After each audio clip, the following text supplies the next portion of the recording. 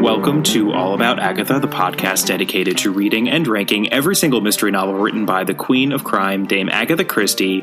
I'm Kemper Donovan. I'm Catherine Brobeck. And this week, we are discussing not a novel, but a short story. It is time to dip back into the Listerdale Mystery Collection. And today's offering is Mr. Eastwood's Adventure. Catherine Brobeck, tell us a little bit about the publication history on this one. Well, it was first published as The Mystery of the Second Cucumber in the Novel magazine in August 1924. I'm not sure that we've seen that magazine before. No, I don't think so. And then in the Listerdale Mystery Collection, of course, in June 1934. And then it was published in 1948 in the U.S. in The Witness for the Prosecution and Other Stories, which, if you recall, not only does that include the titular story, it also includes Accident, Philomel College, and Sing a Song of Sixpence. So really, that collection was a better bet of Listerdale mystery stories than the Golden Ball. Interesting. So that should speak well for this story, as opposed to some of the other Listerdale mystery stories we've covered recently. There's less fruit sold by the side of the road in this one. There is significantly less fruit adventure in this story. But honestly, there is some vegetable adventure, so that is I suppose true. That's a step up. So tell us a little bit about the victim. All right. Well, as we are in the Listerdale Mystery Collection and not doing a straightforward puzzle mystery, it really depends on how you look at it. We have two potential victims. The first is Carmen, a mysterious young Spanish woman who accidentally calls Mr. Anthony Eastwood and begs for his help, mistaking him for her old friend Conrad Fleckman. Or is it a mistake at all? Or is it just fate, kismet? We don't know yet, but we will find out. Second victim is Mr. Anthony Eastwood himself, a mystery novelist with a bout of writer's block and an apparent inability to see danger, and perhaps an ancestor of... Go ahead. Make my day. Clint Eastwood. You know, it's always possible. Anything's possible in the Listerdale Mystery Collection. Anything is possible. Tell us about our suspects, Catherine. Well, we basically just seem to have the police who are the villains here because they're coming to arrest Conrad Fleckman or Carmen, perhaps, for a murder most foul that he did not commit, at least according to Carmen. All right, I suppose we should talk about the world as it appears to be. Mr. Anthony Eastwood is a mystery writer, but of the sort that sells trashy tales like The Mystery of the Second Cucumber to magazines. And that is, in fact, the title of the story that he is working on when we open this story. Right. And this seems to be Agatha Christie poking a little fun at herself as a writer, as she tends to do. It reminded me a little bit of Louisa May Alcott also wrote these sort of lurid tales of intrigue and murder and made money off of them. He, unfortunately, does not seem to be doing as well as Louisa May Alcott. He seems to be making less money every year. And he currently has a bad case of writer's block because that title, The Mystery of the Second Cucumber, which is a legitimately funny title for a mystery, it did make me giggle. I mean, I liked the idea. Well, what's the mystery of the first cucumber? Well, and he even said in the story, he's musing about what a quote unquote good title he is, and he's like, "Oh, this is going to hook readers." I mean, cucumber, that's crazy. And what about the first cucumber? How says the second cucumber? Unfortunately, the plot is just not chugging along as it usually does. I have to say that the beginning of the story I find to be charming because he spends a lot of time struggling with names. He thinks up various elements and how he might tie them together in an actual plot. His mind wanders. He feels like he's failed. He dreams up another plot that involves a much more romantic intrigue, but he gives up on it because he knows his editor would be angry. And it just all felt very much like a musing of Agatha that was like very endearing and descriptive, I think. Very similar to her Ariadne Oliver send-ups that we've seen and that we will continue to see in later books. So the phone rings, he answers it, and it's a frantic girl with an exotic accent named Carmen who begs him to come to their rendezvous because she desperately needs his help. And Anthony is kind of like, wait, what? Huh? I think you might have the wrong number. But she just continues on frantically, and she begs him to come to number 320 Kirk Street and to use the secret word wait for it, cucumber. Cucumber. That might have been where the story lost me a little bit, which is also a very much an Agatha Christie thriller trick / trope where there's just an unbelievable out of the blue coincidence such as this, and we just have to swallow it. He does hang a lantern on it, so to speak, because he says, well, that can't possibly, I must have misheard. That can't be what she said. Like, I just heard her say cucumber because I have cucumbers on the brain. Right. So, I mean, this story is noting the absurdity. This is true. So he basically sits on this for a while before deciding what the hell. And what has he got to lose? Right. Goes to Kirk Street, which is a long road of antique stores and glass shops and other stores that sell baubles. And number 320 is an antiques glass store, and Anthony is immediately confronted by the proprietor and feeling super awkward and cornered. And, been there too, my friend.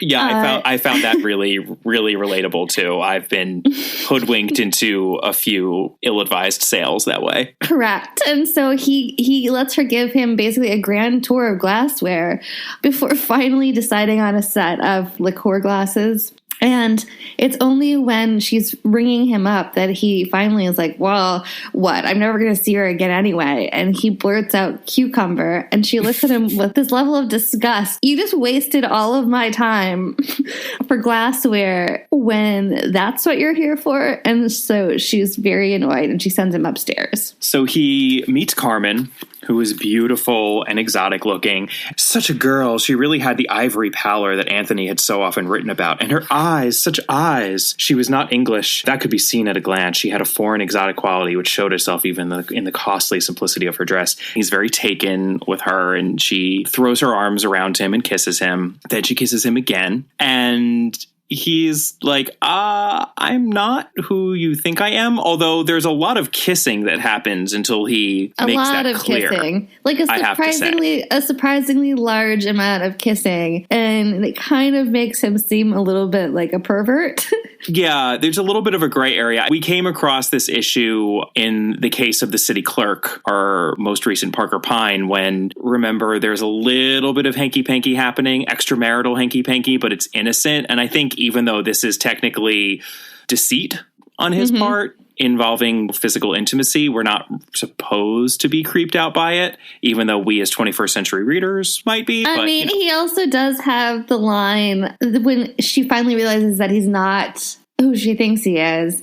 He says, oh, that's all right. The early Christians made a practice of that sort of thing. Jolly sensible. That is the only thing I underlined in this entire story, Catherine. Those are the only lines I underlined because I was like, wow. Wow. Mr. Eastwood. Wow. Yeah. This is Christie at her fun, flirty best. Or worst. We don't know what Mr. Eastwood looks like, I'm afraid. Although we get the sense he's very handsome because she mentions that too, because she's a little confused when she sees him because she's like, oh, you don't look the way I remember you looking. You're 10 times handsomer. Right. You are not Jack Summersby, so why do you keep going on pretending that you are? How do you know I'm not? I know because... How do you know? I know because I never loved him the way that I love you. They're doing all this canoodling, and he seems to be about to work himself up to that point, and he just hasn't made a very good go at being truthful with her about his identity. He's kind of trying, but at the same time, she wants to keep kissing him. Yeah. So, the police come in, and they charge Conrad Fleckman, i.e. Anthony, with the murder of Anna Rosenberg. And that's when Anthony finally says, no, there's a mix-up. I am not Conrad Fleckman. I'm just kind of accidentally here. And that's when Carmen is like, oh, no. But it doesn't convince Scotland Yard. And so they haul him away anyway, but not before he steals those other kisses from Carmen. Right. And that's when he tells her, listen, I'm not who you think I am. This really is all mix up. But I had a great time kissing you. And I hope you had a great time kissing me. And I hope we'll meet again. And she's kind of perturbed by all of this, but seems to indicate that she does have feelings for him, perhaps the real him. And that will become significant later on as well. Right. So On the street, Mr. Anthony Eastman convinces the two Scotland Yard officials, Detective Inspector Verrill and Detective Sergeant Carter, that they should come to his flat for evidence that he is who he says he is. Carter is suspicious, but Verrill seems entranced by the fact that Anthony is a mystery writer. He's just much more game. We've got a kind of good cop, bad cop thing going on here. Right. And they go to his flat. When he had been speaking to both of the policemen saying, listen, I'm Anthony Eastman, I'm not Conrad Fleckman, Verrill seemed to be convinced right away. Carter needed some convincing, but the two of them said, we can't just drop this. We have to investigate thoroughly and make sure you really are who you're saying you are, which would involve looking through your papers and just getting a fuller view of the situation. And it was Anthony Eastman who said, well, could Carter do that since he's kind of a jerk and I'd rather chat with you? And you have some whiskey. Right. And so Verrill, in the meanwhile, is finally convinced by Anthony to give up the details of the case because basically Anthony's like, listen, you tried to erroneously arrest me. I'm somehow involved with this. What harm would it do anyway to let me know what you're actually after? I'm really curious. And Verrill's finally like, okay. So he begins to tell him a story of immigration and murder and intrigue because years ago, a Spaniard named Fernando Ferraz came to London with his wife and his young daughter, and without much of anything, they were forced to sell their belongings. But the one thing they refused to sell was the shawl of 1,000 flowers. It's a Spanish shawl. And even though they've sold all these other things to Anna Rosenberg, she became relentless, basically, about harassing them for this shawl. And every single time they refuse. So it gets complicated after that, but items have been stolen from her shop, etc. But finally, Fernando is murdered. Oh boy, this is getting serious. Very serious. So not long ago, his daughter, Carmen, this is the murdered man's daughter, she had been sent to a nunnery in France because, of course, we're in that sort of a story. Mm-hmm. And she moves back from the nunnery to London to confront Anna Rosenberg and threaten her over the shawl. She wants that shawl back. It's very important to her.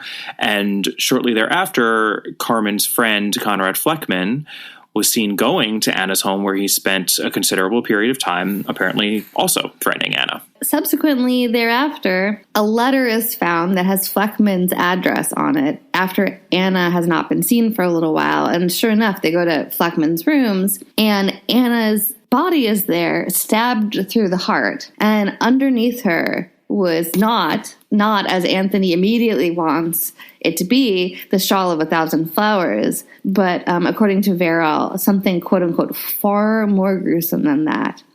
Something that explained the mystery of the shawl of 1,000 flowers. And what's that, Kemper?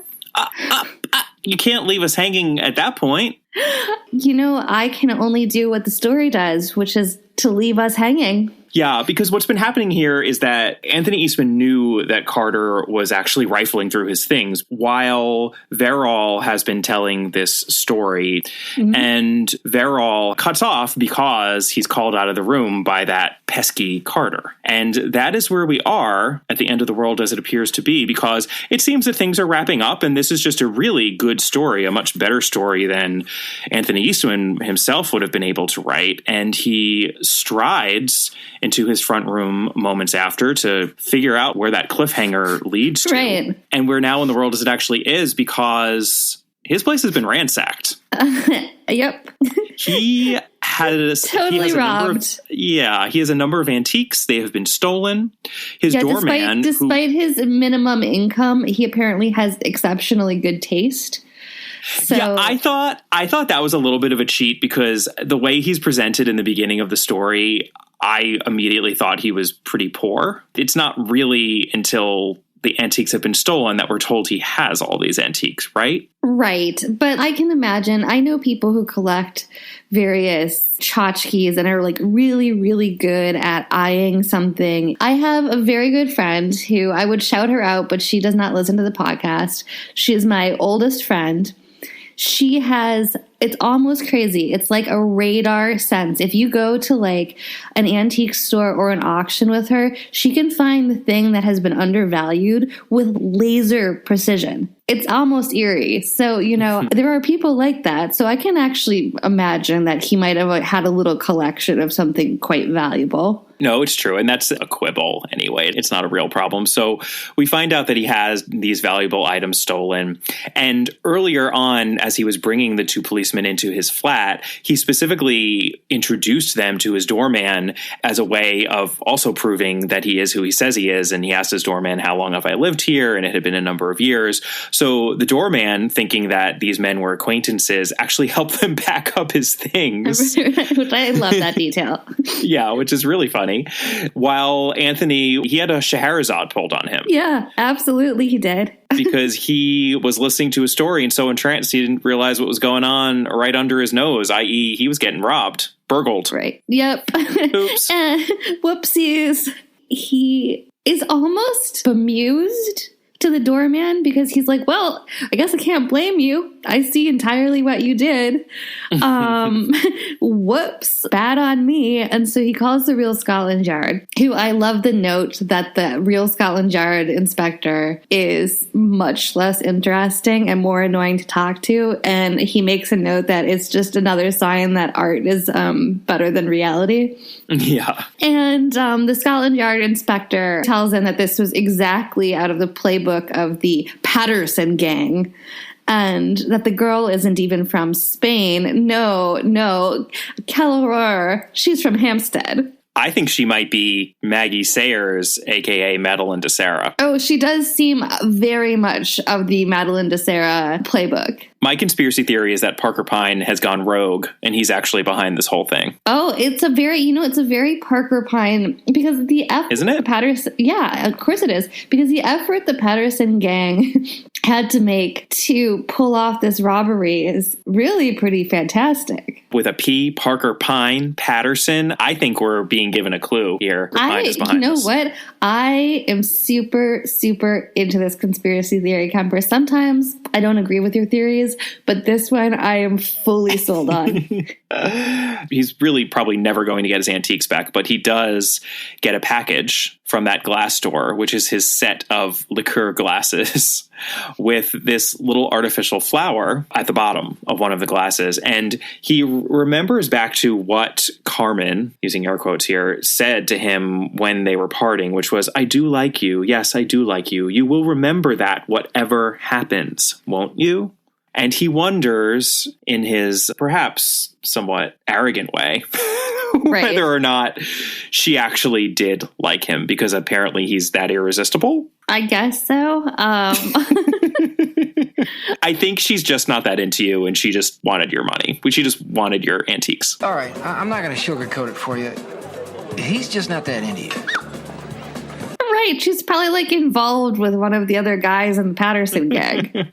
But Catherine, there's an extra little button. What does Anthony Eastwood get out of this? He might have been robbed. He might have been tricked by a beautiful woman. But you know what he gets? He gets over his writer's block by putting a new page into the typewriter that is titled The Shawl of 1,000 Flowers. So maybe if we got to read his story, we would find out what was actually under the body. The funny thing is that Christie's sort of doing a double layer of the same thing, which is making fun of stories like that, because Anthony Eastman is it's a MacGuffin. The Shawl of 1,000 Flowers is a huge MacGuffin, right? Right. It was used as a MacGuffin to string him along. And those are the ridiculous, silly kinds of stories that he writes. So she's sending up those stories both directly and indirectly, both within the stories that her character writes and the stories she's writing about her character, which is clever. It's very similar to what Austen did in Northanger Abbey, making fun of the Gothic romance genre. I will always have a soft spot for Northanger Abbey. I have a soft spot for Northanger Abbey and even the books that it's parodying. I have read Anne Radcliffe. I have read my fair share of Anne Radcliffe and Matthew Lewis and Horace Walpole. I enjoy those mainly 18th century Gothic romances. Novels. Yeah, the Gothic romance genre. The only other thing I want to point out about this story, I mentioned that line being the only one that I underlined, but I had a little bracket in the margin here for a quote that appears in the story. At one point, Anthony says, "Tomorrow I may be myself with yesterday's 10,000 years." And it says quoted Anthony. So we know that this is a quote and it's in italics. And on an initial reading, its meaning was a little unclear to me, quite honestly. But I believe what he's saying there by means of that quote is, let's not focus on either tomorrow or yesterday, but today, the present moment, because this is when he is cajoling Inspector Verrill in telling him the story of Anna Rosenberg. The inspector says, well, you'll read about it in the papers tomorrow, and Anthony responds with the quote. I had no idea what that was a quote from, and it actually took me 2 Googles to figure it out. So even though it still only took 15 seconds, it was a little harder than just putting it into Google and getting it in under 1 second. I was just interested to see what it was. Apparently there was this English translation of a Persian poet, and he's actually known as the astronomer poet of Persia, Omar Khayyám, in the 11th and 12th century in Iran. And this man, Edward Fitzgerald, translated it in the 19th century, and it became just wildly popular later in the 19th century, mainly because it was admired by the pre-Raphaelite movement. What I like about some of these short stories of Christie, they're all earlier because they're all in the 20s and 30s, is that we get these little glimmers of early 20th century popular culture that are just totally lost otherwise. And I think that quote was by no means as random when the short story is written, and people probably would have realized, oh, right, yeah, that's from the Rubaiyat of Omar Khayyám. I just thought it was interesting to point out where that was coming from for anyone who may have been mystified as I was by the quotation. Well, we always appreciate some trivia in these. I think her use of references, especially in early Christie, is always interesting. And it always shows that Christie was extremely well read. That's not something that jives with her reputation that people like to put on her as someone who was perhaps not worldly, but she was very well read and it is making constant references, both high and low, throughout her works in the short stories and the novels. So I think it's always interesting just to point them out and see what she liked to read. There's definitely a lot of Dickens and Thackeray, but also some other stuff like this. Well, it's interesting that her taste often seems to cut off around 1900. Yeah, she's certainly not, other than when she makes contemporary references to other mystery writers, to her, to her fellow mystery writers. Right, we're not getting a lot of like Bloomsbury Group thrown in here. No, we're certainly not. Yeah. I have a feeling that the modernist movement was not totally her thing. Probably not. Seems unlikely. You know what? We're underestimating her, though. Maybe she was a big Joyce fan. We don't know. But we, of course, do know that modernist luminary T.S. Eliot was a fan of hers. Well, I think that we can have an interesting conversation about what she thinks about the Bloomsbury-esque people of the world when we get to our next book. This is true. Perfect segue into the end of this episode, because I believe we are done with Mr. Anthony Eastwood's adventure.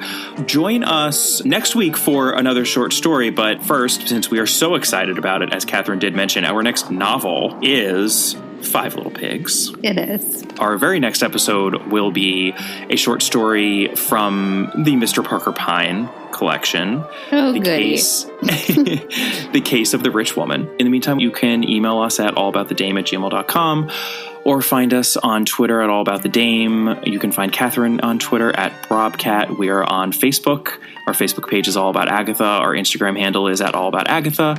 Please take a moment to rate and review us wherever you're listening to this podcast. We'll see you next time. Bye. Bye.